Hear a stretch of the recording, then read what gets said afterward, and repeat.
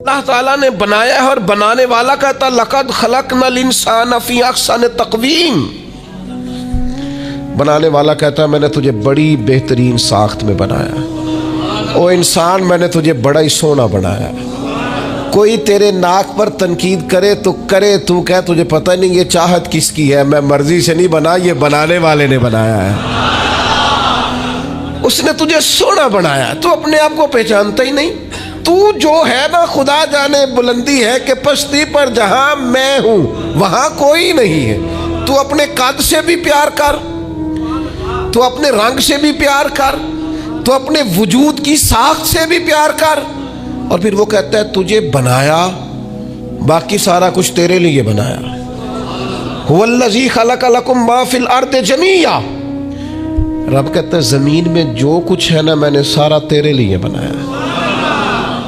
تجھے اللہ رسول کے لیے بنایا ہے، اور باقی زمین میں جو کچھ ہے وہ سارا تو پہچانتا ہی نہیں. یہ ہر چیز مسخر ہے تیرے سامنے.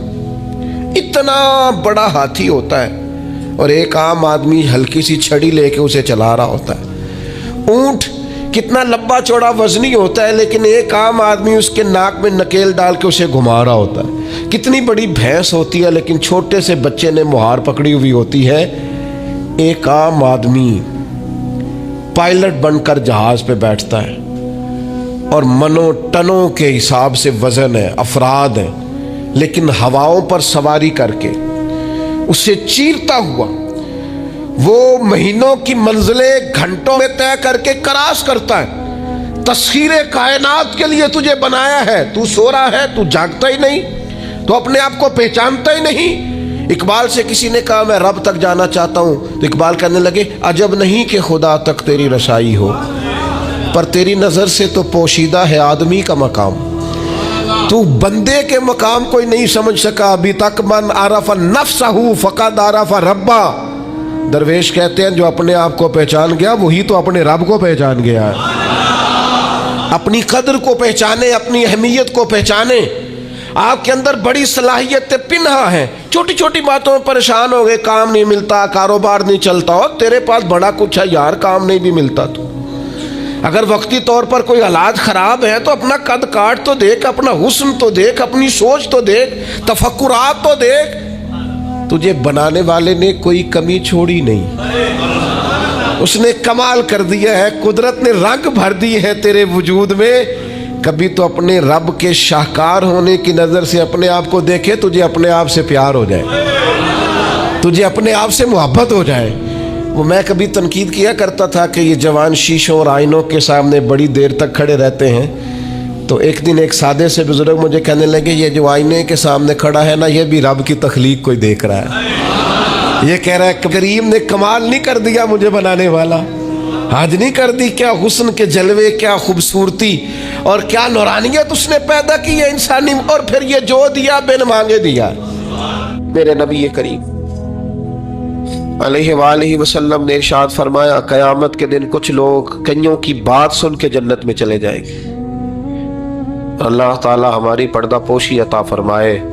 کہا کچھ تبلیغیں کرنے والے دوزخ کے دروازے پہ کھڑے ہوں گے تو وہ جنتی کہیں گے کہ مولانا پیر صاحب ہم تو آپ کی بات سن کے جنت میں جا رہے ہیں، تو آپ یہ یہاں کیوں کھڑے ہیں؟ تو وہ کہیں گے ہائے افسوس میں کہتا تو رہا پر عمل نہ کر سکا.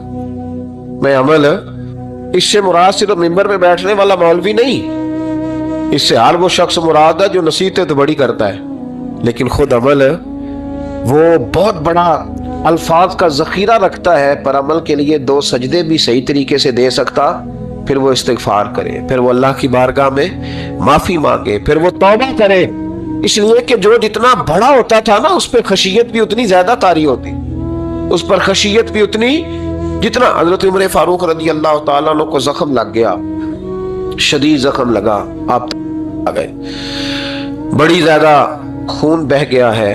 بہت سارے صحابہ آپ کے گرد جمع ہو گئے، حضرت عبداللہ ابن مسعود بھی آ گئے. تو جناب عمر رونے لگ گئے. اب تو رونا آتا ہی نہیں لوگوں. حضرت محی الدین ابن عربی کہا کرتے تھے جس کو پورا ہفتہ ہو گیا ہے نا وہ طریقت کا مسافر بھی. جاگ رہے ہیں آپ حضرات؟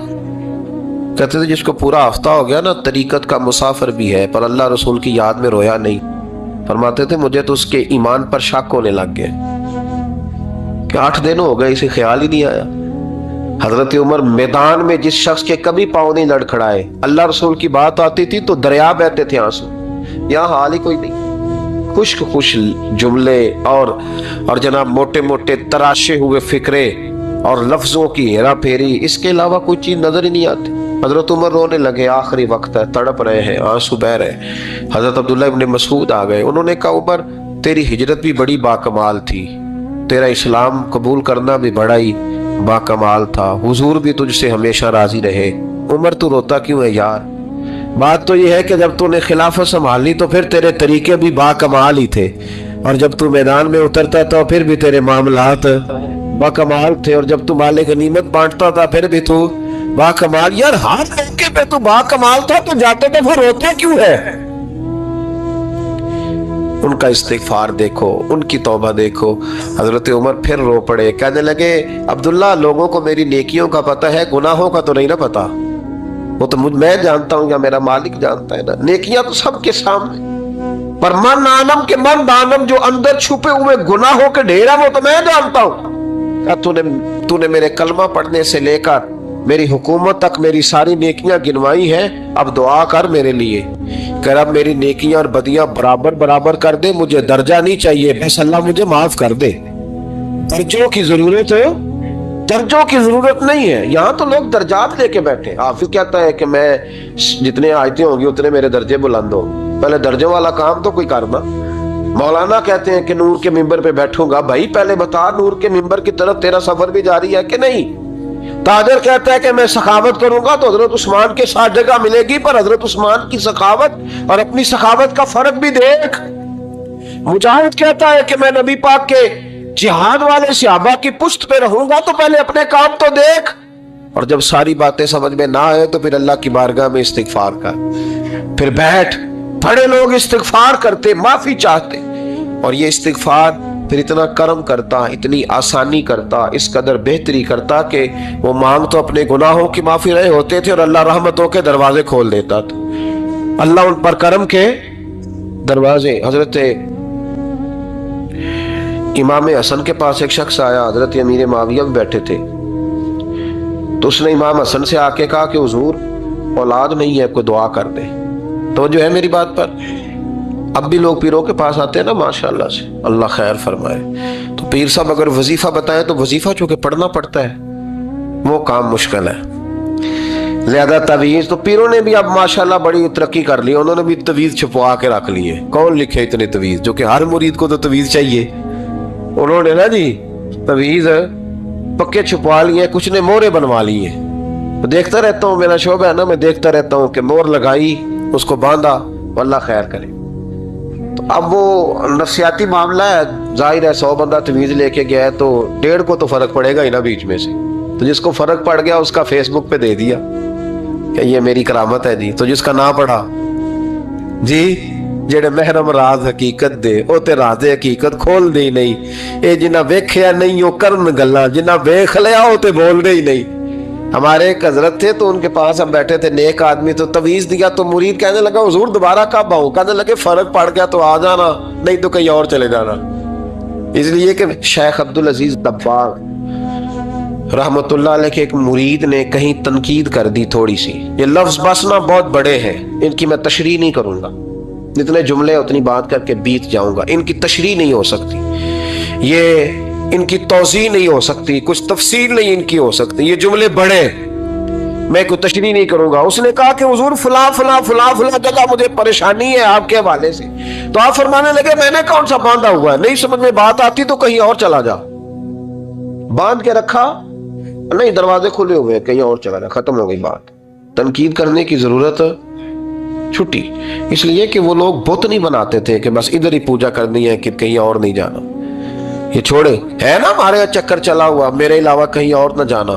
شیخ عبد الوہاب شرونی فرمایا کرتے تھے یہ تو نقص ہے تیرے اندر کا، یہ تو تیرے اندر کا نقص ہے، اگر تو قابل ہوتا تو کہتا جا سنگیا سارا زمانہ دیکھا، اگر کوئی میرے جیسا ملا تو چلا جانا، اور اگر میری طرح کا نہ ملا تو پھر کہیں اور ہے، جا دیکھا سارا۔ او بھائیو کیا چکر ہے، وظائف لوگ پوچھتے تھے تو ان پہ عمل کرتے تھے، وہ چیزیں فائدہ دیتی۔ حضرت امام حسن سے آ کے وظیفہ پوچھا، اس شخص نے کہا حضور اولاد کوئی نہیں تو وظیفہ بتائے، تو آپ نے فرمایا استغفار پڑھا کر، کیا کر؟ اس نے کہا ٹھیک ہے. تو حضور پھر میں دوبارہ کب آؤں؟ تو امام حسن کہنے لگے بے اولاد ہے نا تو، استغفار کا وظیفہ بتایا نا؟ کہا ہاں. فرمانے لگے اب اس وقت آنا جب اللہ تجھے 10 بیٹے عطا کرے گا. کتنے؟ 2 4 نہیں، 10 ہی کہہ دیے. تو حضرت امیر معاویہ رضی اللہ تعالیٰ دیکھا، کہنے لگے حسن اتنا بڑا دعویٰ؟ آپ فرمانے لگے میں نے کہہ دیا نا تو اللہ فضل کرے گا. ہاں ہاں اللہ خیر کرے گا، خیر ہو جائے گی. وہ شخص کئی سالوں کے بعد آیا، کئی سالوں کے بعد. تو حضرت امیر معاویہ کو بھی ساتھ لایا، کہنے لگا حضور اللہ کے فضل سے اللہ نے 10 بیٹے عطا فرمائے، پورے 10 ہی اللہ نے دیے. تو حضرت امیر معاویہ کہنے لگے جناب بات تو آپ کی سچی ہو گئی، پر مجھے بھی بتائیے وظیفہ کہاں سے لیا؟ فرمانے لگے قرآن پاک سے، سورہ نوح کی 10 11 12 آیت پڑھو. اللہ فرماتے تم استغفار پڑھو، میں تمہاری بیٹوں سے بھی مدد کروں گا، مالوں سے بھی مدد کروں گا. تو میں نے استغفار بتائی تھی اور قرآن میرے اللہ کا ہے، رب کا وعدہ جھوٹا ہو سکتا؟ فرمایا 10 بیٹے ملنے تھے، میں نے کہہ جو دیا تھا. وہ میرے بھائیوں یاد رکھے استغفار اللہ کی رحمت نازل کر. ایک ہوتا ہے خوف، ایک ہوتی ہے خشیت. خوف والے لوگ توبہ کرتے ہیں، خشیت والے استغفار کرتے ہیں. ایک ہوتا ہے خوف، ایک ہوتی ہے خشیت والے استغفار کرتے ہیں. نبی کریم علیہ السلام نے فرمایا میں دن میں 100 مرتبہ استغفار کرتا ہوں، دن میں. توبہ والا کہتا ہے کہ میں بھول گیا تھا مجھے معافی مل جائے، اور خشیت والا کہتا ہے میرا یار ناراض نہ ہو جائے، وہ استغفار ہی کرتا رہتا ہے، وہ معافی ماں. حضرت رومی نے مثال دی ہے، فرماتے ایک عورت تھی تو بھیک مانگا کرتی تھی. ایک دن بادشاہ کے دروازے پہ بھیک مانگنے گئی تو بادشاہ کو پسند آ گئی، اس نے نکاح کر لیا. 20 کنیزائیں اس بی بی کے پاس تھی خدمت کرنے کے لیے، روٹی دینے کے لیے، کپڑا دینے کے لیے، لیکن وہ ہر وقت روتی رہتی تھی، ہر وقت روتی. ایک سمجھدار کنیز کہنے لگی کہ ملکہ اب تیرا درجہ بہت بڑا ہے، تو ہر وقت روتی رہتی ہے، معافیاں ہی مانگتی رہتی ہے ہر وقت، کون سی ایسی نعمت ہے جو تیرے پاس نہیں؟ تو وہ کہنے لگی اس لیے تو روتی ہوں. کیا مانا؟ کہنے لگی اس لیے روتی ہوں کہ میں اس قابل نہیں تھی جو مجھے مل گئے، کہیں میرے سر کا سائیں ناراض نہ ہو جائے، وہ کہیں بگڑ نہ جائے. مجھے پتا ہے کہ میں کیا تھی اور مجھے کہاں تک پہنچا دیا. میں روتی اس لیے ہوں کہ کبھی کہیں وہ ناراض. حضرت عمر اس لیے روتے تھے کہ کہیں مصطفیٰ ناراض نہ ہو جائے. حضرت ابو بکر اس لیے تڑپتے تھے کہ کہیں اللہ کا فضل روٹھ نہ جائے. یہ جو مولا علی اپنے کمرے میں بیٹھ کے زور زور سے استغفار پڑھتے تو اس لیے نہیں کہ بڑے پاپ تھے جن کی معاذ اللہ معافی مانگتے تھے، اس لیے کہ رب رسول کہیں ناراض نہ ہو. خشیت تھی کہ جہاں ہم پہنچے ہوئے کہیں وہاں سے واپس. استغفار بندے کی اللہ سے صلح کرا دیتا ہے، بندے کی رب سے صلح ہو جاتی ہے جب استغفار. دیکھیں نا بڑی سادی سی بات ہے کہ 2 بھائی ناراض ہو تو بڑا کہتا ہے اس نے میری بے ادبی بڑی کی، تو چھوٹا اگر پاس آ جائے اور پیر پکڑ لے کہ چل یار معاف کر دے، تیرا بھائی نہیں. پتہ کیا ہوتا ہے؟ صرف معافی نہیں ملتی، ہاں صرف معافی نہیں. چھوٹے نے بے ادبی کر دی، بڑے کو تکلیف ہوئی، بات جب آگے بڑھی نا تو بڑے نے شکوہ کیا. جب لوگوں نے چھوٹے کو سمجھایا تو چھوٹا جب معافی مانگتا، ادھر دیکھو میری طرف، جب چھوٹا معافی مانگتا ہے نا اٹھ کے جاتا ہے اور بڑے کے پیر پکڑتا ہے تو میرا معاف نہیں کرتا، بڑا رو بھی پڑتا ہے، بڑا رو بھی پڑتا ہے. اور وہ کہتا ہے کہ وہ میں اور تو اماں کے پاس اکٹھے بیٹھتے، ایک باپ کی موٹر سائیکل پہ اکٹھے بیٹھتے، تو تیرا اور میرا رشتہ یار تو نے یہ کیوں؟ وہ جو آنسو نکلتے ہیں نا وہ درد ہوتا ہے، وہ کیف ہوتا ہے، وہ سوز ہوتا ہے، وہ لذت ہوتی ہے، وہ پیار ہوتا ہے. رب کہتا ہے تو معافی مانگ، انہو کان غفارا، تو معافی مانگ، میں تجھے معاف بھی کروں گا، تیرے اوپر رحمت بھی فرماؤں گا، تیرے کرم نوازی بھی کروں گا، تجھے نواز دوں گا، تجھے عطا کروں گا. ہم لوگ نا اب تو خیر ہمارے پاکستان میں تو ٹیبل ٹاک ہوتی ہے، ٹاک شو ہوتے ہیں. ہمارے ہاں تو پتہ کیا جاتا ہے کہ بارش ہو کیوں نہیں رہی، پھر اس پہ یہ ہوتا ہے کہ دھواں بڑا چڑھ گیا ہے، حالات بڑے خراب ہیں، فلاں ایسے ہو گیا، قحط کا. ہم تو اسباب تلاش کرتے رہتے ہیں نا جی، فوق بہت زیادہ ہے، فلاں چیز ایسے ہے، فلاں چیز ایسے، ہم تو یہ تلاش کرتے رہتے ہیں. وہ لوگ یوں نہیں کرتے تھے، وہ سیدھے جا کے مصلوں پہ بیٹھتے تھے، اس لیے کہ وہ کہتے تھے جب رب چاہتا ہے تو پھر کوئی چیز کسی چیز کو روک سکتی، وہ سیدھے مصلے پہ بیٹھتے.